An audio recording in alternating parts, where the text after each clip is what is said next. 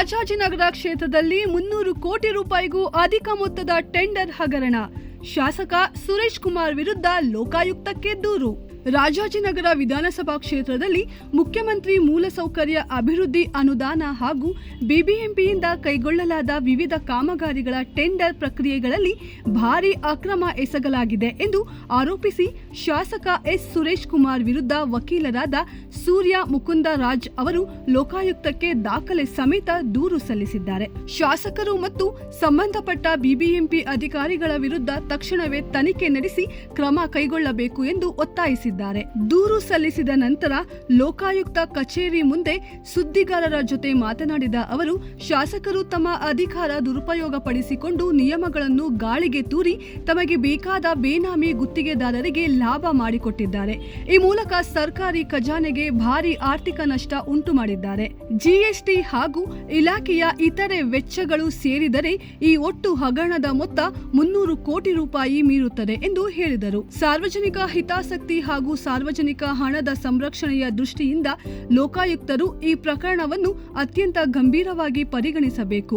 ಶಾಸಕ ಸುರೇಶ್ ಕುಮಾರ್ ಹಾಗೂ ಅವರಿಗೆ ಸಹಕರಿಸಿದ ಬಿಬಿಎಂಪಿ ಅಧಿಕಾರಿಗಳ ವಿರುದ್ಧ ಭ್ರಷ್ಟಾಚಾರ ತಡೆ ಕಾಯ್ದೆಯಡಿ ಸಮಗ್ರ ತನಿಖೆ ನಡೆಸಿ ಕಾನೂನು ರೀತಿಯ ಕಠಿಣ ಶಿಕ್ಷೆ ಜರುಗಿಸಬೇಕು ಎಂದು ಸೂರ್ಯ ಮುಕುಂದರಾಜ್ ಒತ್ತಾಯಿಸಿದರು. ದೂರಿನಲ್ಲಿರುವ ಪ್ರಮುಖ ಹಗರಣಗಳು ಮತ್ತು ಗಂಭೀರ ಆರೋಪಗಳು: L1 ಗುತ್ತಿಗೆದಾರರನ್ನು ತಪ್ಪಿಸಿ 14 ಕೋಟಿ ನಷ್ಟ, 2020ರ 72.25 ಕೋಟಿ ಮೊತ್ತದ ರಸ್ತೆ ಮತ್ತು ಚರಂಡಿ ಕಾಮಗಾರಿಗಳ ಟೆಂಡರ್ನಲ್ಲಿ ಅತ್ಯಂತ ಕಡಿಮೆ ಬಿಡ್ ಮಾಡಿದ ಅರ್ಹ ಗುತ್ತಿಗೆದಾರರನ್ನು ತಪ್ಪಿಸಲು ಶಾಸಕರು ಅಧಿಕಾರಿಗಳ ಮೇಲೆ ದೂರವಾಣಿ ಮೂಲಕ ಒತ್ತಡ ಹೇರಿದ್ದಾರೆ.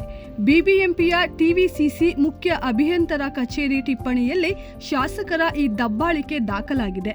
ತದನಂತರ L2 ಬಿಡ್ದಾರರು ನಿರಾಕರಿಸಿದಾಗ ತಮ್ಮ ಬೇನಾಮಿಗಳಿಗೆ ಲಾಭ ಮಾಡಲು 53 ಕೋಟಿಯ ಕಾಮಗಾರಿಯನ್ನು 67 ಕೋಟಿಗೆ ಏರಿಸಿ ಸರ್ಕಾರಕ್ಕೆ ನೇರವಾಗಿ 14 ಕೋಟಿ ನಷ್ಟ ಉಂಟು ಮಾಡಿದ್ದಾರೆ ಎಂದು ಸೂರ್ಯ ಮುಕುಂದರಾಜ್ ದೂರಿದರು. ರಸ್ತೆ ನಿಧಿಯ ದುರುಪಯೋಗ, ಉದ್ದೇಶಪೂರ್ವಕ ವಿಳಂಬ.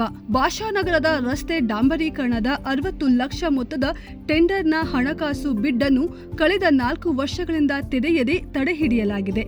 ನಾಗರಿಕರ ಮೂಲ ಸೌಕರ್ಯಕ್ಕೆ ಮೀಸಲಿದ್ದ ಈ ಹಣವನ್ನು ನಿಯಮ ಬಾಹಿರವಾಗಿ ವರ್ಗಾಯಿಸಿ ಪಾರ್ಕ್ಗಳ ಸೌಂದರ್ಯೀಕರಣಕ್ಕೆ ಬಳಸಲಾಗುತ್ತಿದ್ದು, ಕ್ಷೇತ್ರದ ರಸ್ತೆಗಳು ಗುಂಡಿಮಯವಾಗಲು ಶಾಸಕರ ತಪ್ಪು ನಿರ್ಧಾರಗಳೇ ಕಾರಣ ಎಂದರು.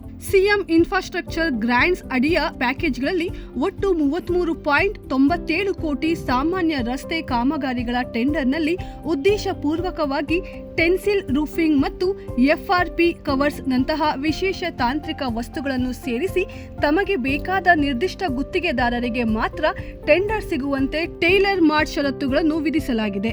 ಏಕೈಕ ಬಿಡ್ ದಾರರಿಗೆ ಮಣೆ. 2022-23ನೇ ಸಾಲಿನ 150 ಕೋಟಿ ಮೊತ್ತದ ಬೃಹತ್ ಕಾಮಗಾರಿಗಳು ಹಾಗೂ 2025-26ನೇ ಸಾಲಿನ 10 ಕೋಟಿ ಮತ್ತು 9 ಕೋಟಿ ವೆಚ್ಚದ ಸರಣಿ ಟೆಂಡರ್ಗಳಲ್ಲೂ ನಿಯಮಾವಳಿಗಳನ್ನು ಗಾಳಿಗೆ ತೂರಿ ಮುಕ್ತ ಸ್ಪರ್ಧೆಯನ್ನು ನಿರ್ಬಂಧಿಸಿ ಏಕೈಕ ಬಿಡ್ದಾರರಿಗೆ ಅನುಕೂಲ ಮಾಡಿಕೊಡಲಾಗಿದೆ. ಅಕ್ರಮ ಸೈಟ್ ವಿಸಿಟ್ ನಿಯಮ ಮತ್ತು ಯಂತ್ರೋಪಕರಣಗಳ ಷರತ್ತು ಡಿಲೀಟ್. ಟೆಂಡರ್ನಲ್ಲಿ ಭಾಗವಹಿಸುವ ಮುನ್ನ ಸೈಟ್ ವಿಸಿಟ್ ಮಾಡಿ ರಿಜಿಸ್ಟರ್ನಲ್ಲಿ ಸಹಿ ಮಾಡಬೇಕೆಂಬ ಕಡ್ಡಾಯ ನಿಯಮ ತರಲಾಗಿದೆ.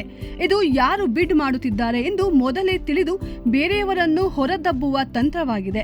ಅಷ್ಟೇ ಅಲ್ಲದೆ ತಮ್ಮ ಬೇನಾಮಿಗಳ ಬಳಿ ಯಂತ್ರೋಪಕರಣಗಳು ಇಲ್ಲದ ಕಾರಣ 1 ಕೋಟಿಗೂ ಹೆಚ್ಚಿನ ಟೆಂಡರ್ಗಳಲ್ಲಿ ಇರಬೇಕಾದ ಕಡ್ಡಾಯ ಯಂತ್ರೋಪಕರಣಗಳ ನಿಯಮವನ್ನೇ ಡಿಲೀಟ್ ಮಾಡಲಾಗಿದೆ ಎಂದು ಸೂರ್ಯ ಮುಕುಂದರಾಜ್ ಲೋಕಾಯುಕ್ತರಿಗೆ ಸಲ್ಲಿಸಿರುವ ದೂರಿನಲ್ಲಿ ವಿವರಿಸಿದ್ದಾರೆ. ಟೆಂಡರ್ ಗೌಪ್ಯತೆ ಉಲ್ಲಂಘನೆ. ಡಿಫರೆನ್ಷಿಯಲ್ EMD ವಿವರಗಳನ್ನು ತಾಂತ್ರಿಕ ಬಿಡ್ ತೆರೆದ ತಕ್ಷಣವೇ ಅಧಿಕಾರಿಗಳು ನೋಡುವಂತೆ ಮಾಡಿ ಹಣಕಾಸು ಬಿಡ್ ತೆರೆಯುವ ಮುನ್ನವೇ ಯಾರು ಎಷ್ಟು ಕಡಿಮೆ ದರ ಹಾಕಿದ್ದಾರೆ ಎಂಬುದನ್ನು ಮೊದಲೇ ಅಂದಾಜು ಮಾಡಿ ವಂಚಿಸಲಾಗಿದೆ ದೂರಿನಲ್ಲಿ ವಿವರಿಸಿದ್ದಾರೆ.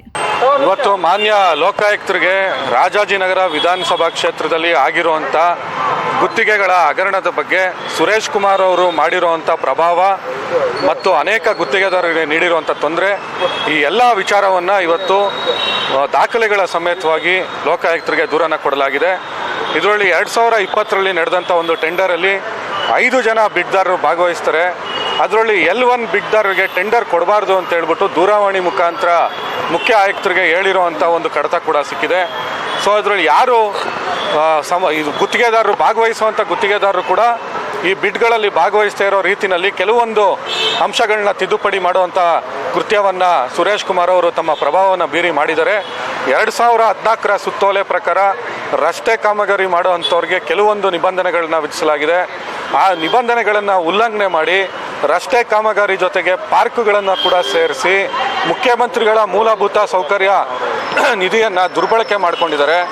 ಒಟ್ಟಾರೆ 300 ಕೋಟಿಗೂ ಹೆಚ್ಚು ನಷ್ಟವನ್ನು ಇವತ್ತು ಸುರೇಶ್ ಕುಮಾರ್ ಅವರು ಮಾಡಿದ್ದಾರೆ.